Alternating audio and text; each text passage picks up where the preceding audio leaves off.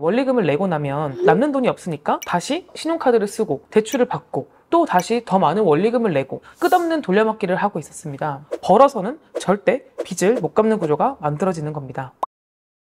안녕하세요. 회생파산연구소 이사연 변호사입니다. 썸네일 보고 놀라신 분들 많으시죠? 20대가 파산이라니. 근데 실제 이야기입니다. 최근 저희 사무실에서 상담 신청을 해주시는 20, 30대 채무자분들이 부쩍 늘고 있습니다. 심지어는 20대 초반의 사회초년생도 있으세요. 이제 막 사회생활을 시작한 청년들이 왜 갚지 못할 큰 빚이 생긴 건지, 어쩌다가 개인회생, 개인 파산 상담까지 받게 되는 건지 저희도 궁금한 마음에 천천히 분석을 해보니까 이미 구조적으로 문제가 있었습니다. 먼저 청년들이 빚을 지게 된 이유가 뭔지 한번 볼까요? 청년들 중에서는 대학 등록금을 마련하기 위한 학자금 대출이 본인의 첫 대출인 경우가 가장 많았고요. 부모님의 사업 실패, 가정 내 경제적인 어려움 이런 걸로 인해서 생활비 대출이 적지 않았어요. 저도 대학생 때 학자금 대출과 생활비 대출을 받아서 학교를 다녔던 기억이 나는데요. 눈에 띄는 점은 지인들의 투자 권유로 인한 대출도 늘었다는 점입니다. 이렇게 빚을 지게 된 이유는 다양했지만 빚을 갚지 못한 이유는 하나였습니다. 바로 금리입니다. 왜 이런 문제가 발생하는 걸까요? 이유는 사실 간단합니다. 사회생활을 오래 하지 않아서 소득이 낮고 신용도가 낮은 청년들은 대부분 시중은행인 제1금융권에서는 대출 실행이 불가능하기 때문입니다. 그렇다면 이 청년들은 어디로 가야 될까요? 저소득, 저신용에도 대출을 실행해주는 2금융권, 3금융권으로 발길을 돌릴 수밖에 없습니다.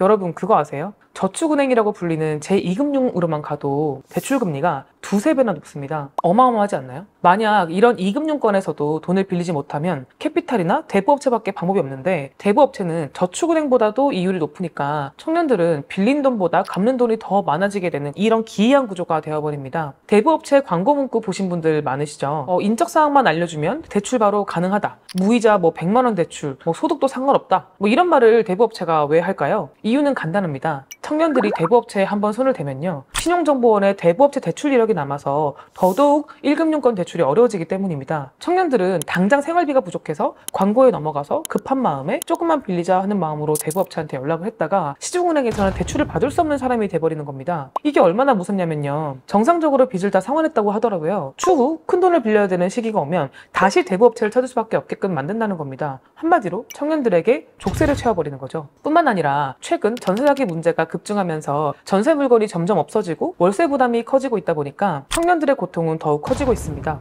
급격하게 금리가 올라가니까 최저 생계비 한 200만 원 남짓 버는 청년들이 200만 원, 300만 원씩 대출 원리금을 상환하는 구조가 되어버리는 거죠. 벌어서는 절대 빚을 못 갚는 구조가 만들어지는 겁니다. 한 청년은 한 달에 210만 원을 벌어서 190만 원을 원리금으로 낸다고 합니다. 과연 이 청년이 대단한 과소비를 했거나 사치를 했기 때문일까요? 이 청년은 아버지의 사업 실패로 생활비가 부족해서 3천만 원을 빌렸다가 고금리로 인해서 고작 2년 사이에 6,500만 원으로 늘어나게 된 케이스였습니다. 청년은 원리금을 내고 나면 남는 돈이 없으니까 다시 신용카드를 쓰고 대출을 받고 또 다시 더 많은 원리금을 내고 끝없는 돌려막기를 하고 있었습니다. 어쩌면 차라리 연체를 해버리는 게 나았을까요? 대출 연체가 너무 무서워서 다른 빚을 내기 시작한 것이 잘못된 선택이었을지도 모르겠습니다. 이렇게 족쇄가 채워진 청년들은 대부업체의 채무 상환을 위해서 다시 다른 대부업체를 찾고 그마저도 되지 않아서 카드론, 현금 서비스를 받다가 결국 파산에 이르고 맙니다. 이처럼 고금리의 늪을 벗어나는 것은 생각보다 쉽지 않습니다. 특히 아직 삶의 기반이 단단하지 않은 사회초년생들은 더욱 벗어나기가 힘들고 그 고통은 이루 말할 수조차 없을 것입니다. 청년들은 대출금을 갚기 위해 매일 들어가는 식비,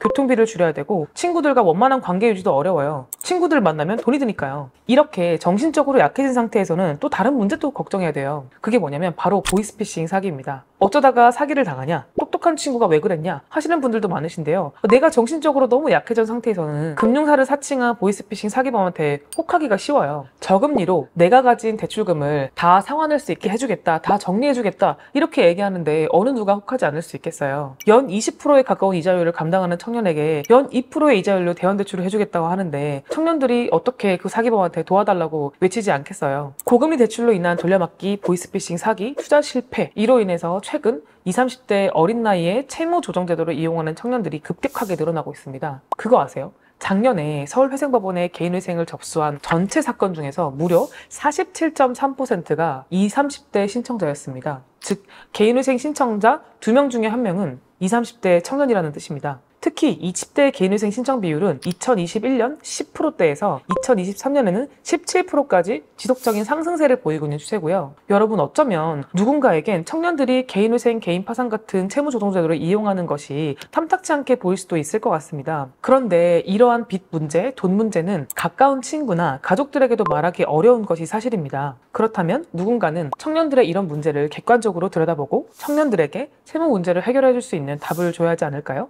정말 안타까운 점은 고금리 대출로 생활에 허덕이는 청년 대부분이 채무 조정 제도에 대해서 잘 알지 못한다는 점입니다. 내가 잘못한 일이니까, 내가 빌린 돈이니까 어떻게든 갚아야 된다는 생각에 무리해서 투잡을 뛰고 하루 한 끼 먹는 생활을 하면서 본인을 혹사하고 있는 청년들이 많습니다. 저희 사무실에 상담을 요청하는 청년들도 정말 마지막이 되어서야 겨우 상담 요청을 하고 도움을 받을 수 있는지 물어보곤 하는데요. 이런 제도가 있는지 몰랐다면서 말이죠. 빚을 못 갚을 때 오는 게 아니라 더 이상 대출이 안 나올 때 그 벼랑 끝에서 오는 거죠. 그러니 청년들이 원금보다 이자를 더 많이 갚고 있는 안타까운 상황에서 빨리 탈출할 수 있도록 채무조정제도에 대해서 자세히 알려주고 도움받을 수 있는 기관들이 많이 있다는 사실을 더 알릴 수 있다면 좋겠습니다.